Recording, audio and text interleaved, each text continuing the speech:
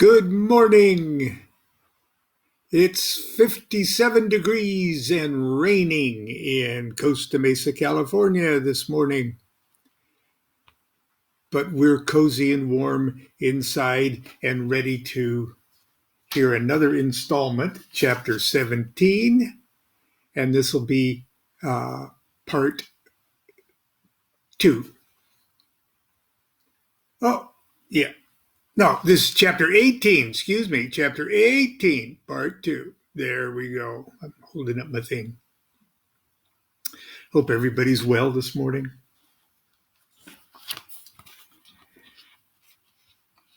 Chapter 18, Part 2, Israel Regardie and the Exorcism of Garcon. We're picking up from yesterday. Nathan Sanders was an OTO brother and the most experienced Goetic magician I'd ever met. He was a former student of Carol Poke Runyon, the legendary master of the art of evocation. And there's a footnote about Poke. Poke's a dear friend. See the Book of Solomon's Magic by Carol Poke Runyon, Pasadena, Church of Hermetic Science, 1996. Runyon rediscovered the key secret of conjuring a spirit to visible appearance in the black mirror. His facial distortion technique had been lost in the Middle Ages, leaving a half millennium of magicians struggling to see spirits in the incense smoke rising from an empty triangle. That was the footnote. Using classic and flawlessly memorized conjurations, Nathan could summon anything into his triangle black mirror. And his evocations were not limited to the 72 spirits of the Goetia. I'd seen him conjure to visible appearance angels, elementals, and even historical and fictional characters. And here's a footnote here, too. Oddly enough, such arts are perfectly consistent with magical theory. The entities Bilbo Baggins and Santa Claus have, for many individuals, far more archetypal reality than the spirits one usually associates with this type of magical activity. That's the end of that footnote. He was truly an extraordinary magician, and I was sure if anyone could make Garcon appear, it was Nathan. I guess I assumed he could also make him go away. As expected, Nathan was only too happy to answer the bishop's call and assume the role of exorcist. I called Dr. Kaufman again and told her the exorcism was on. Because of the distances involved, it was nearly 10 p.m. before Nathan and I knocked at her door. We would have arrived an hour earlier, but our travels were hindered by a thick coastal fog. And here's a footnote here. I can hear you laughing. Yes, I said fog. I have no doubt that many readers will find it difficult, if not impossible, to believe much of what I am now about to relate. To garner some small semblance of credulity, I even toyed with the idea of omitting many details that smack shamelessly of a Hollywood melodrama, starting with the atmospheric cliche like a spooky, foggy night. But what can I say? I won't apologize. The event took place in Southern California, where it often gets foggy that time of year. Back into the text. Dr. Kaufman greeted us cordially and apologized for the way the house smelled. We've had a difficult evening. Since I told Sharon we were doing this tonight, she hasn't been able to hold down any food. She lost her 7-Up when she heard you knock. Nathan and I did our best to appear unmoved and professional. Personally, I wanted out of there. Perhaps we should do this another time, I eagerly suggested. No, I expected worse, actually. Garcon obviously doesn't want to say goodbye.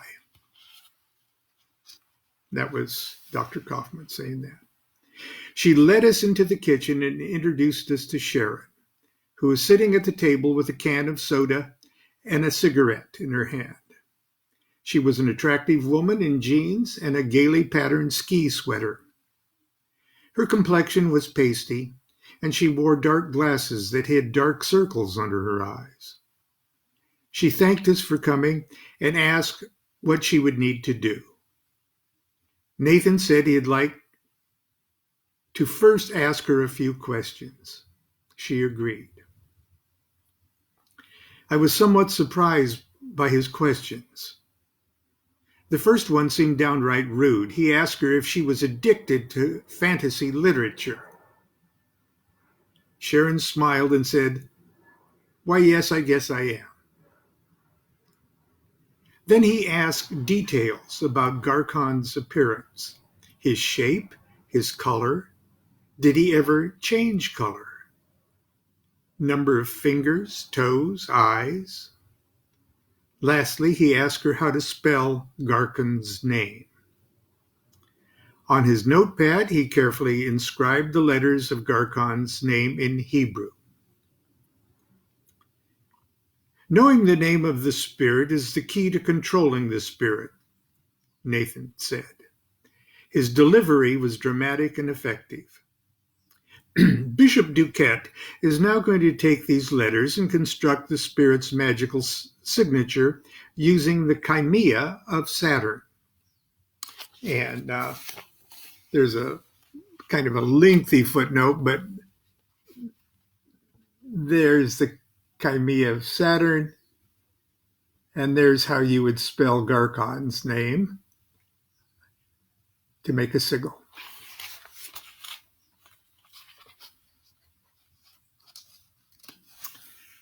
Okay. We'll then draw this sigil on the back of these pentagram talismans. In the ceremony, each of us will wear one around our neck to link us to the spirit and remind us that we are his masters. Now, wasn't that a nice, simple way to describe this magical procedure to a lay person? He was great. He was really great. Nathan was assuming an awful lot when he announced I was going to do all the sigil drawing. Fortunately for Bishop DuQuette's reputation, the magic square of Saturn, 3x3, the smallest and simplest of all planetary or chimeas, was the only one I could draw from memory. I whipped out those sigils like I knew what I was doing. That was it for the interview. We spent the next half hour bringing things in from the car. In addition to his beautifully constructed breakdown magical circle and the triangular black mirror, we brought in 4 black robes and every tool a well-equipped Solomonic magician would need: wand, sword, lamp, white-handled knife, black-handled knife, brass box of torment, talismans, holy water, salt, oil of bromelain, incense, and candles. Nathan told Dr. Kaufman and me to wash our hands and faces before robing up. As for him, he would take a shower. When he reappeared from the bathroom, he was decked out in his full magical regalia. I have to admit he looked every inch an exorcist. He then presented Sharon with the robe she would wear in the ceremony and instructed her to also shower and wash her hair thoroughly. It was nearly midnight before she came out of the bathroom. She had towel dried her hair, and she looked like a frightened little girl. There wouldn't be room for all of us in the circle of art, so we created a large outer circle with a length of clothesline. Sharon would stand in the center circle, holding 2 lighted tapers. The triangular black mirror was placed outside of both circles, positioned so she could easily see the reflection of her own face illuminated by the candles. Nathan also, in the central circle, stood directly behind her. He would be the operator, and she the receiver. Dr. Kaufman and I were to stand in the outer circle on either side and slightly behind Sharon. We all had our sigil pentagram talismans around our neck and a parchment hexagram of Solomon pinned to the skirt of our black robes. Nathan then ran through a quick checklist of items to see if all was in readiness. Was the phone off? Were the doors locked? Were the pets outside? Did anyone need to pee? When he was satisfied, he lit the 2 candles in Sharon's hands and turned out all the lights. Before entering the circle to begin the ceremony, he unwrapped a tiny cake of hotel soap, and with it, he drew a large version of Garcon's sigil in the center of the black mirror. This act made Sharon gasp sharply as if someone had seized her throat. I was no longer nervous. I was afraid. Your Grace, would you be so kind to banish the temple by the rituals of the pentagram and hexagram? This was another one of Nathan's kind gestures to make it appear that I was needed. I didn't mind. At least it was something simple I could do to be helpful. After I banished, Nathan performed a brief cleansing and consecration ceremonies and formally declared the temple open.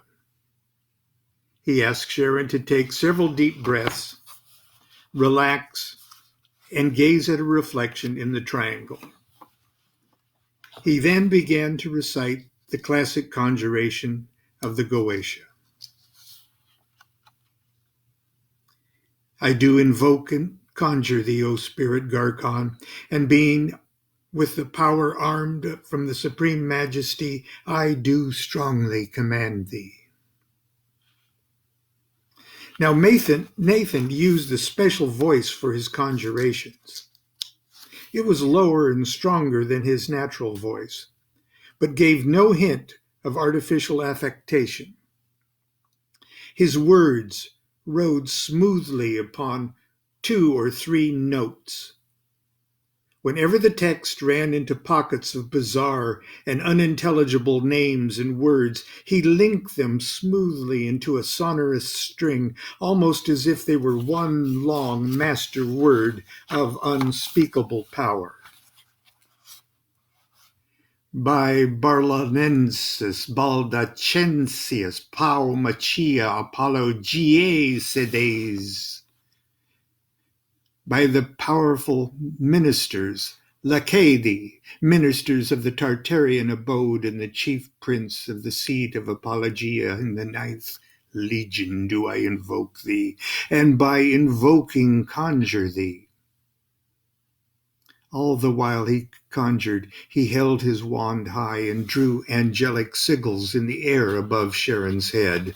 And being armed with the power from the Supreme Majesty, I do strongly command thee by him who spake and it was done, unto whom all creatures be obedient. He wasn't through the first section when Sharon started to weave back and forth and let out short, pitiful sobs. Nathan went on, but was soon drowned out by Sharon's whimpering. He continued louder and louder. By all the names of God, Adonai El Elohim Eloah Yehea Yashar Yehea Tzabaoth Elion Yah Tetragrammaton Shaddai Lord God Most High, I do invoke thee and do fully command thee, O thou Spirit Garkon, that thou dost forthwith appear unto us before this circle in a fair human shape, without deformity or tortuosity. Sharon was now thrashing from side to side, sobbing uncontrollably. I was certain she was faking. She'd seen too many movies, I thought. I was embarrassed for all of us. The noise of the commotion were too much for Nathan. He stopped reciting the conjuration and simply shouted at Sharon, "Is the spirit in the triangle?" "Yes," Sharon screamed. "He's always been there." And that's where we're going to stop for today. Tomorrow we'll meet again. Hopefully, same time, same place. Be good to yourself. Be good to each other. Do what thou wilt shall be the whole of the law. Love is the law. Love under will.